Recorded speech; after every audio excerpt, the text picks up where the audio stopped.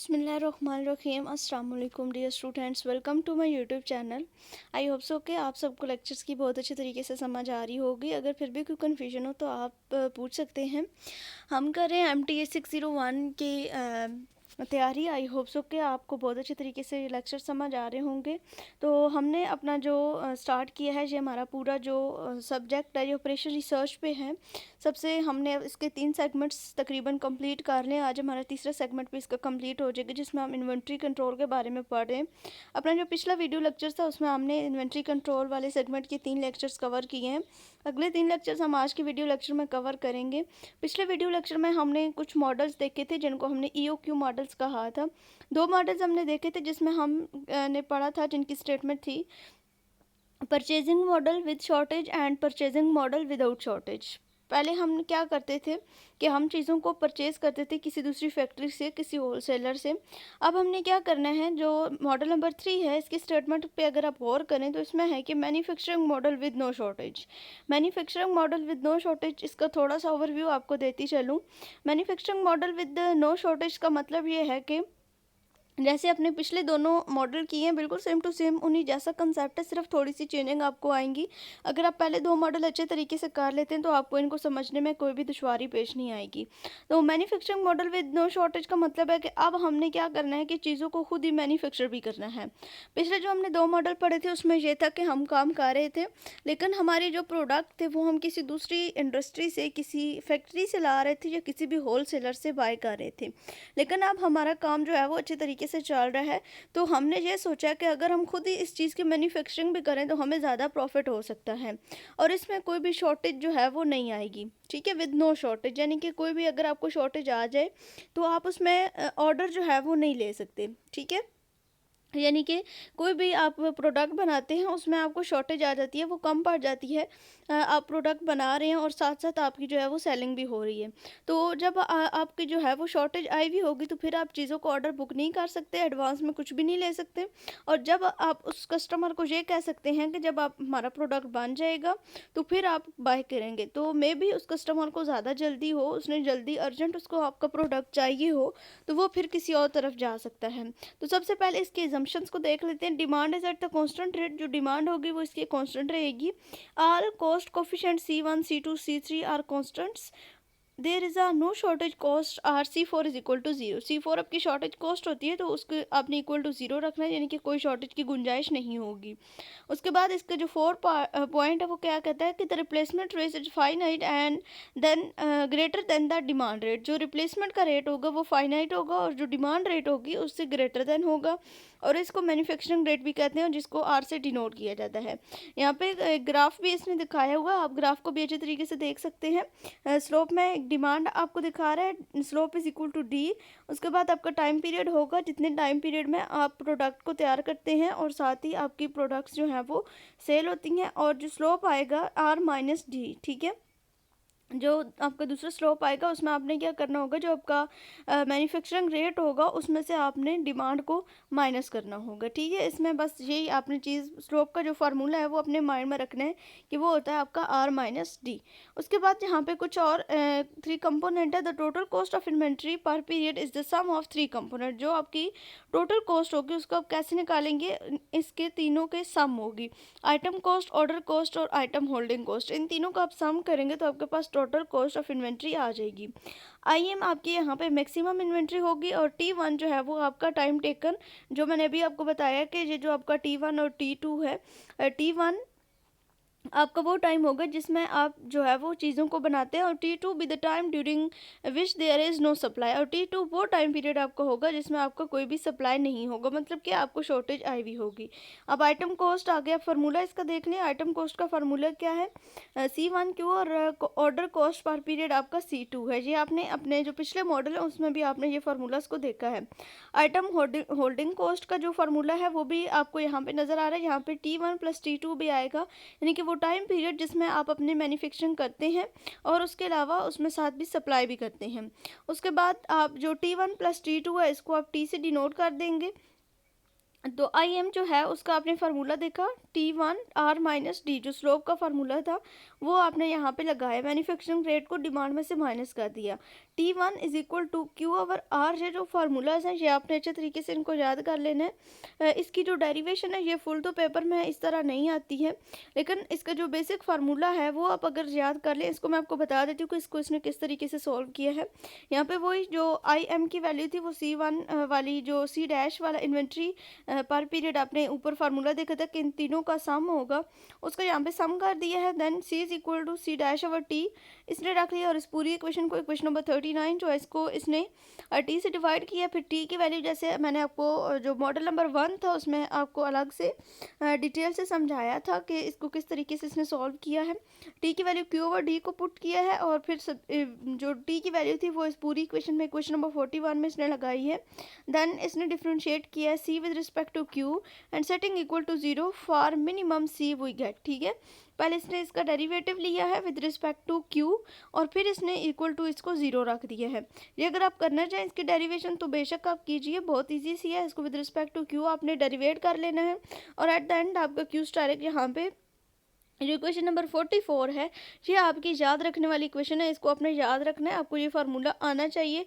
आपको ये फार्मूला आता होगा तो इससे मुताबिक आप एग्जांपल्स को आगे सॉल्व कर सके, जो कि Q direct is equal to √2C2D divided by C3 and √R over R minus D। ठीक है, अब आगे इसकी एग्जांपल है उसको भी देख लेते हैं। बहुत आसान सी इनकी एग्जांपल्स होती हैं, अगर आप अच्छे तरीके से इसका बेसिक कंसेप्ट समझ लें तो आपको ये बिल्कुल भी मुश्किल नहीं लगेंगी। सबसे पहले इस एग्जांपल को आप देखें, इसमें क्या क्या चीज़ें आपको दी हुई हैं। The demand for an item in a company is 1800 per unit. ठीक है, 18,000 per unit per year and the company can produce at the rate of 3,000 per month. The cost of one setup is Rs 500 and holding cost of one unit per month is 15 पैसेस। Determine, अब हमने find यहाँ से क्या करना है, optimum manufacturing quantity आपने find करनी है, मैक्सिमम इन्वेंट्री आपने फाइंड करनी है, टाइम बिटवीन ऑर्डर्स आपने फाइंड करना है, the number of order per year find करना है, the time of manufacture find करना है, the optimum annual cost if the cost of the item per unit is Rs2, और जहाँ पे कोई भी शॉर्टेज आपको नहीं देनी। ठीक है, यानी कि विदाउट शॉर्टेज आपने इस नो शॉर्टेज आपने यहाँ पे देखना है। तो पहले सबसे पहले C1 जो वैल्यू आपको यहाँ पे दी गई है वो आपने लिख लेनी है। ठीक है, Rs2 पर आइटम है। उसके बाद C2 जो आपको दी गई थी यहाँ पे 500 आपको दी गई थी। ठीक है, उसके बाद C3 0.15 पर आइटम पर मंथ आपका आएगा। उसके बाद डी जो है वो 18,000 पर ईयर दिया हुआ, तो इसको पर मंथ में आपने कन्वर्ट कर लेना है। आपको पिछले लेक्चर में मैंने आपको बताया था इसको कैसे आपने करना है। 12 से जब आप इसको डिवाइड करेंगे तो आपके पास ये आ जाएगा। और फिर जो आर आपको दिया हुआ है यहाँ पे वो आपको क्या दिया हुआ है, 3,000 पर मंथ आपको यहाँ पे दिया हुआ है। ठीक है, जो रेट आपको यहाँ पे दिया हुआ है। अब सबसे पहले ऑप्टिमम मैन्युफैक्चरिंग क्वांटिटी आपने फाइंड कर लेनी है। अभी जो बेसिक फार्मूले हैं, अगर आपको ये सारे फार्मूलाज आते होंगे तो आपको ये बिल्कुल भी चीज़ मुश्किल नहीं लगेगी। थोड़ा सा आपको स्टार्टिंग में होगा कि ये आप किस तरीके से पढ़े, लेकिन अगर आप 1 से 2 दफ़ा अपने हैंडआउट्स को अच्छे तरीके से देखेंगे, आप इन फार्मूलाज को अच्छे तरीके से देखेंगे तो आपको ये बहुत आसानी से याद हो जाएंगे। तो यहाँ पे क्यू का फार्मूला आपने लगाया और सिंपली वैल्यूज़ को पुट किया तो आपके पास 4470 यूनिट्स आपका आंसर आ जाएगा। फिर आपने मैक्सिमम इन्वेंट्री निकाली, उसका फार्मूला आपने लगाया और आपके पास इसका कैलकुलेशंस आ गई। ठीक है, ये आप कैलकुलेटर्स पे इजीली कर सकते हैं। उसके बाद टाइम बिटवीन ऑर्डर्स टी का जो फार्मूला क्यू ओवर डी वो आपने लगाया। फिर number of orders per year वो आपने देख लिए। आइटम ऑफ मैन्युफैक्चरिंग T1 का फार्मूला वही Q ओवर R आपका होगा। ठीक है, जो अभी आपने पीछे देखा था। उसके बाद ऑप्टिमम एनुअल कॉस्ट जो है वो इन तीनों को ऐड करने से आपकी आती है आइटम कॉस्ट, ऑर्डरिंग कॉस्ट और होल्डिंग कॉस्ट। इन सबको आप पहले आइटम कॉस्ट, ऑर्डरिंग कॉस्ट और होल्डिंग कॉस्ट आपने निकाल लेनी है। इनके फार्मूलाज आप स्टार्टिंग में देखें, वो फार्मूलाज आपने यहाँ पे लगाने हैं और इनकी कैलकुलेशन सिंपल कर लेनी है और आपके पास ये आंसर आ जाएगा। और जब हम तीनों को जमा करेंगे तो आपके पास इसका आंसर आ जाएगा। ये कुछ ज़्यादा मुश्किल बात नहीं है, आपने बेसिक जो रखना है फोकस वो इसके बेसिक कंसेप्ट और इसके फार्मूलाज पे रखना है। अगर आपको फार्मूलाज अच्छे से आते होंगे, जब आपका नो शॉर्टेज आएगा तो फिर आपने ये फार्मूलाज को यूज़ करना है। अब आगे जो है वो आपने मैन्युफैक्चरिंग मॉडल विद शॉर्टेज आपने देखना है। अपना जो पिछला वीडियो लेक्चर था उसमें मैंने आपको अच्छे तरीके से समझाया कि विद शॉर्टेज का क्या मतलब है। विद शॉर्टेज का मतलब ये है, फिर एक दफ़ा आपको क्लियर करवा देती हूँ। विद शॉर्टेज मीन के आप जो भी काम कर रहे हैं, ठीक है, पहले तो आप क्या कर रहे थे, परचेज़ कर रहे थे चीज़ों को, ठीक है, लेकिन आप क्या है कि आप मैन्युफैक्चर कर रहे हैं, तो आपके पास अगर शॉर्टेज आई भी होगी, आपके कस्टमर्स को इतने लॉयल हैं आपके साथ कि आप उनका ऑर्डर एडवांस में लेके रख सकते हैं और उन्हें बता सकते हैं कि विद इन 2 डेज़ या 3 डेज़ आपको आपका जो मटेरियल है वो मिल जाएगा। तो यही इसका बेसिक कंसेप्ट है। इसमें भी कुछ कंपोनेंट्स हैं। Inventory cost in this model, they are item cost, setup और order cost, item holding cost और शॉर्टेज कॉस्ट। अब यहाँ पे आपके पास शॉर्टेज कॉस्ट भी आएगी। जो आपने पिछला मॉडल देखा है, जैसे आपने परचेजिंग वाला देखा था ना, सेम इसी तरीके से यहाँ पे भी आप शॉर्टेज कॉस्ट भी इंक्लूड होगी, जिनकी C4 भी इंक्लूड होगी। तो यहाँ पे भी सेम वही प्रोसेस आपने करना है, C' इन सबको ऐड करने से आएगा और यहाँ पे अब आपका C4 भी ऐड होगा। C4 का फार्मूला आपने अपने पिछले जो हमारा वीडियो लेक्चर था उसमें हमने स्टार्टिंग में देखा था। शॉर्टेज जो कॉस्ट थी उसका फार्मूला C4 T3 + T4S / 2। अब यहाँ पे जो T1, T2, T3 and T4 है are to be determine in term of Q and S, so that the cost is express as a function of only 2 variable Q and S। यानी कि जो हमारा function आएगा उसको हम Q और S से डिनोट करेंगे। अब यहाँ पे हमारे पास 2 फार्मूलाज आएंगे।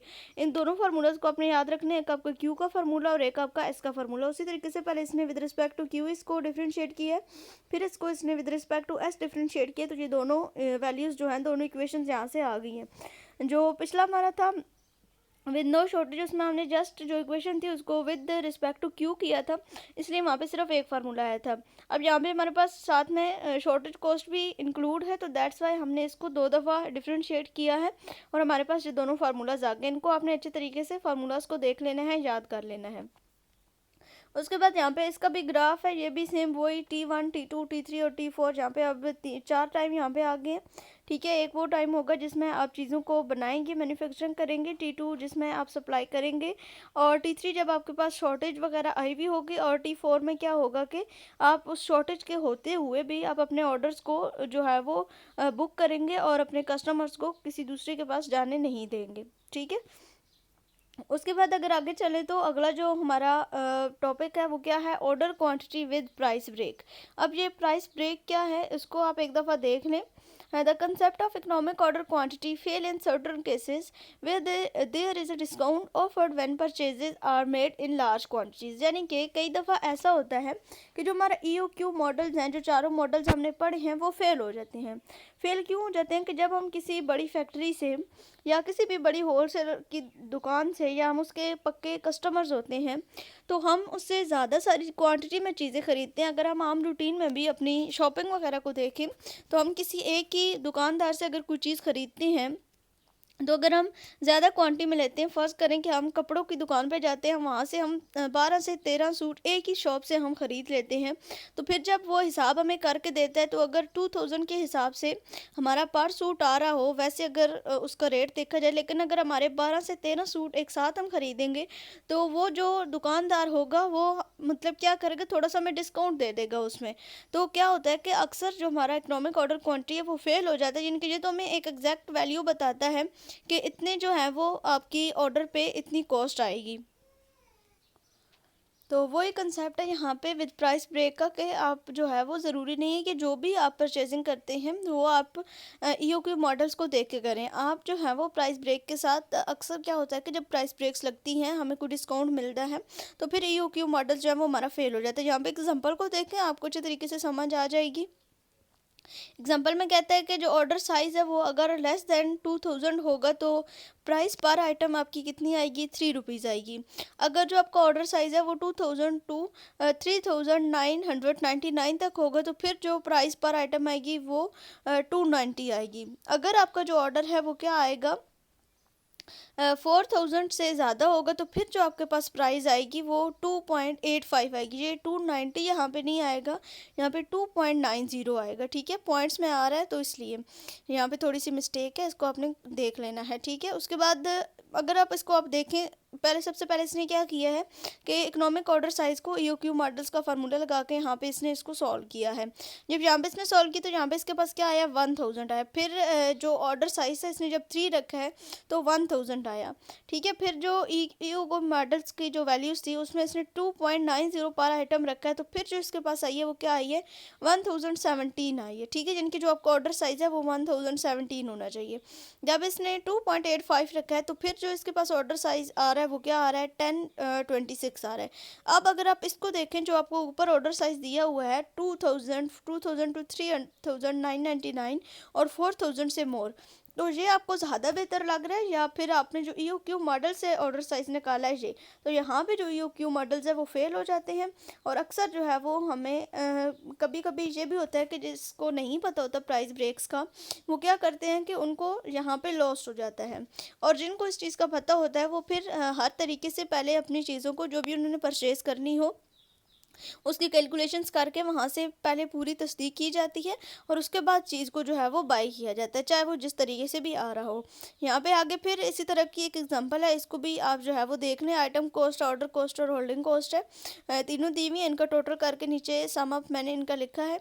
और फिर उसके बाद आगे इसकी एक्सरसाइज है, इसमें भी सेम यही इसने यहाँ पे परचेज कॉस्ट पर ऑर्डर दी हुई है, कॉस्ट ऑफ आइटम दिया हुआ है और एनुअल डिमांड दी हुई, कैरिंग कॉस्ट दी हुई है। यहाँ पे भी आपने जो है वो पहले EOQ मॉडल्स को लगा के इसका फार्मूला आपने यूज़ करके इसको सॉल्व करना है। आई होप सो कि ये आप सॉल्व कर लेंगे।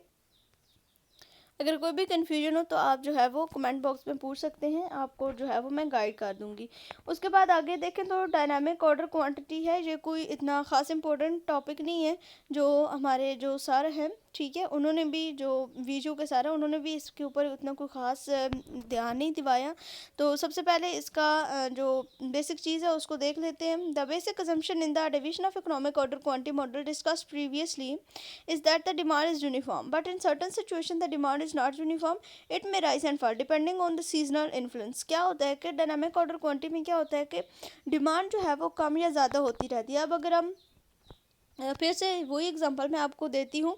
अब अगर कपड़ों की एग्जांपल लें तो अगर सर्दियों का मौसम है तो फिर आपके जो कपड़े होंगे वो आप क्या करेंगे, सर्दियों के बाय करेंगे, तो उनकी आपकी जो डिमांड है वो हाई होगी। और जो आपकी उसी शॉप में जबकि गर्मियों के कपड़े पड़े हुए हैं उनकी डिमांड जो है वो आपकी सर्दियों में बिल्कुल भी आप कह सकते हैं कि नहीं होगी, या अगर होगी भी तो इस लिहाज से होगी कि किसी की कोई मैरिज वगैरह है या उसके लिए किसी को कपड़े लेने हैं, तो वहाँ पे फिर आपकी थोड़ी बहुत उस चीज़ की डिमांड होगी लेकिन इतनी ज़्यादा नहीं होगी। तो ये आपकी डायनामिक ऑर्डर क्वांटिटी से मतलब कि प्राइजेस चेंज होती रहती हैं। यहाँ पे भी एग्जांपल दी हुई है, सेटअप कॉस्ट है, प्राइस कॉस्ट है, यूनिट प्राइस है और इंटरेस्ट दिया है। वो to calculate the dynamic order quantity we can adopt the following procedure. क्या प्रोसीजर है यहाँ पे हमारे पास, यहाँ पे इसने वैल्यूज़ दी हुई हैं।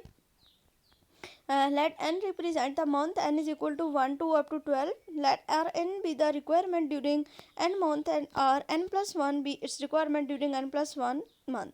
If n plus 1 the month requirement, namely Rn plus 1 is observed in nth month, it is the additional procurement cost is saved। ठीक है, यानी कि जहाँ पे जो कॉस्ट आएगी, अब ये इसका आप टेबल देखें, इसमें इसने क्या किया है कि सिंपल जो यहाँ पे वैल्यूज़ आ रही थी, सबसे पहले इसने मंथ को लिख लिया, फिर उसके बाद जो रिक्वायरमेंट थी Rn में वो इसने लिख लिया, फिर यहाँ पे n आएगी दोबारा से, ठीक है, 1 2 3 अप टू जितने भी यहाँ पे इसने कॉस्ट वगैरह को रखी है। यहाँ पे n square Rn plus 1, n square n का स्केयर इसने लिया, फिर n प्लस 1 इसने यहाँ पे कर दिया है।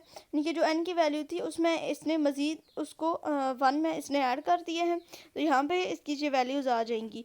तो यहाँ पे जो एक्शंस में आप देखें तो इंक्लूड 40 इन 1 मंथ, यानी कि जो फर्स्ट मंथ है उसमें आपके कितने ऑर्डर्स आएंगे वो आपके 40 होंगे। फिर इस तरीके से 10, और ये इतना ख़ास इंपॉर्टेंट नहीं है, अगर आप इसको देखना चाहें तो आप देख सकते हैं। यहाँ पे जो आपका ऑर्डर है जब इनको आप सम अप करेंगे तो आपके पास 200 आता है। तो यहाँ पे ये जो is n square r n plus 1 is greater than less than 200, जहाँ जहाँ पे आपका जो ऑर्डर है वो क्या आएगा, 200 से लेस देन आएगा, तो फिर जो आपकी रिक्वायरमेंट्स है वो होल्ड करेंगी।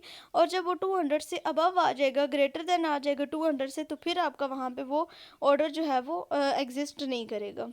ठीक है, उसके बाद आगे अगर चलें तो ABC एनालिसिस है। ABC एनालिसिस क्या होता है, इसको भी आप एक दफ़ा देख लें, इसकी रीडिंग आपने एक दफ़ा अच्छे से कर लेनी है, ठीक है। इसमें कुछ स्टेप्स इंक्लूड हैं। Compute the annual usage value of every item in the sample by multiplying annual requirement by the cost per unit, ठीक है। यानी कि जो आपकी एनुअल यूजेज आएगी वैल्यू की एवरी आइटम की, वो आपने क्या करनी है, मल्टीप्लाई करनी है annual requirement by the cost per period. Step 2, arrange the items in descending order of the usage value calculated above, ठीक है। जो वैल्यूज आपने कैलकुलेट की है उनको क्या करना है, डिसेंडिंग ऑर्डर में अरेंज करना है। Make a commutative total of the number of the item and the usage total, यानी कि टोटल कैलकुलेट करना है। जैसे कि यहाँ पे हमने क्या किया था, जब इसका टोटल निकाला तो यहाँ पे हमारे पास 200 आया, तो हमने देखा कि वो ऑर्डर जो है वो हमारा 200 से अबव नहीं जाना चाहिए। उसके बाद convert the commutative total of the number of item and usage value into the percentage of their grand total, जो ग्रैंड टोटल होगा उसको अपने परसेंटेज में जो है वो कन्वर्ट कर देना है। Draw graph connecting commutative percentage item and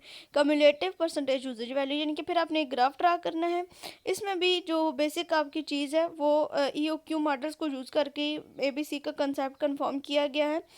तो इसका जो टेबल है इसको आप एक दफ़ा देख लें। यहाँ पे एनुअल यूसेज कॉस्ट दी हुई है और यूनिट कॉस्ट दी हुई है, ठीक है। और आइटम्स आपको यहाँ पे 10 तक दिए हुए हैं। इसका जो सोल्यूशन है वो आप देख लें। एनुअल यूसेज कॉस्ट इसने निकाला है। स्टेप नंबर 1 में इसने क्या किया है, calculate usage value by multiplying annual usage of each item with its unit cost and क्या किया इसने, जो एनुअल यूसेज कॉस्ट थी उसने इसके यूनिट कॉस्ट को मल्टीप्लाई किया है और यहाँ पे इसकी वैल्यू एनुअल यूसेज में लिखी है। यानी कि ये जो दोनों आपको दिए हुए हैं, एनुअल यूजेज यूनिट और यूनिट कॉस्ट दिए हुए हैं, इनको दोनों को आपस में मल्टीप्लाई करके यहाँ पे इसने लिखा है। फिर इसने आगे रैंकिंग इसकी लिखी है, ठीक है। यानी कि कितनी रैंकिंग में इसका आ रहा है, जो ऊपर आपको यहाँ पे दी गई थी, ठीक है। 6, 1, 9, 4, 10, 2, 7, 5, 3 एंड 8। फिर उसके बाद इसने commutative annual usage, percentage of annual usage और कम्यूटेटिव आइटम ऑफ परसेंटेज निकाली। इनके जो टोटल इसका आया है उसके ऊपर इसने इसको डिवाइड किया है। जहाँ पे इन्होंने टोटल को नहीं लिखा हुआ, आप इसकी कैलकुलेशन करके उसके ऊपर इसको जब आप डिवाइड करेंगे, जब 47, 73 कुछ फ्रैक्शंस में आएगा तो उसको राउंड ऑफ करके ये आपकी कम्यूटेटिव एवरेज जो है वो यूनिट इसकी आ जाएगी, ठीक है। उसके बाद अगर कुछ आप आगे डेफिनेशन है उनको आप देख लें। लीड टाइम है, this is defined as the time interval between placing of the order and the actual recipient of the good, यानी कि लीड टाइम वो टाइम होता है जिसमें आप ऑर्डर करते हैं किसी चीज़ को और जितने टाइम पीरियड में वो चीज़ आप तक पहुंचती है वो आपका लीड टाइम होता है। लीड टाइम डिमांड क्या है, this is the lead time multiply the demand rate, जो लीड टाइम होता है उसको डिमांड रेट के साथ मल्टीप्लाई करना है। और लीड टाइम में नॉट भी कॉन्स्टेंट, लीड टाइम आपका कॉन्स्टेंट नहीं होता। उसके बाद रीऑर्डर लेवल है, इसका आपने फार्मूला देख लेना है। Lead time demand multiply by safety stock, ये आपके MCQs में इंपॉर्टेंट है। उसके बाद कम्यूटेशन ऑफ सेफ्टी स्टॉक क्या है, ये एक और वेरिएशन है मेजर करने के लिए, इसको आप एब्सोल्यूट डेविएशन MAD भी कहते हैं। इसका मीन एब्सोल्यूट डेविएशन MAD, ये आपके MCQs में इंपॉर्टेंट है, इसको आपने हाईलाइट करना है। इसका फार्मूला आप देख लें, MAD का √2 डिवाइडेड बाई पाई SD, और SD का जो फार्मूला है वो भी आप यहाँ पे देख लें। और जहाँ पे न्यू जो नो सेफ्टी स्टॉक का जो फार्मूला है वो S.D है। जहाँ पे इन दोनों का फार्मूला आपने जब लगाएंगे तो यहाँ पे जो सेफ्टी स्टॉक का फार्मूला है, जो K फैक्टर है, वो आपका where case call the service factor, दोनों की आपकी वैल्यूज़ आ जाएंगी। तो इन फार्मूलाज को आपने जो है वो ध्यान से देख लेना है। आई होप सो कि ये लेक्चर्स आपको अच्छे तरीके से समझ आगे होंगे। इसमें आगे ये जो एग्जांपल है ये बेशक आप जो है वो स्किप कर सकते हैं, इसमें कोई इतना ख़ास इंपॉर्टेंट नहीं है, बट अगर करना चाहिए तो सिंपल वही एग्जांपल्स है जो मैंने आपको ऊपर करवा दी हैं। अगर आपको फार्मूले अच्छे तरीके से आते होंगे तो ये एग्जांपल्स आप इजीली सॉल्व कर सकते हैं। अगर इन एग्जांपल में कोई भी कन्फ्यूजन हो तो आप पूछ सकते हैं। आई होप सो कि ये तीनों लेक्चर्स आपको अच्छे तरीके से समझ आ गए होंगे। मिलते हैं अपनी अगली वीडियो में, तब तक के लिए अल्लाह हाफिज़।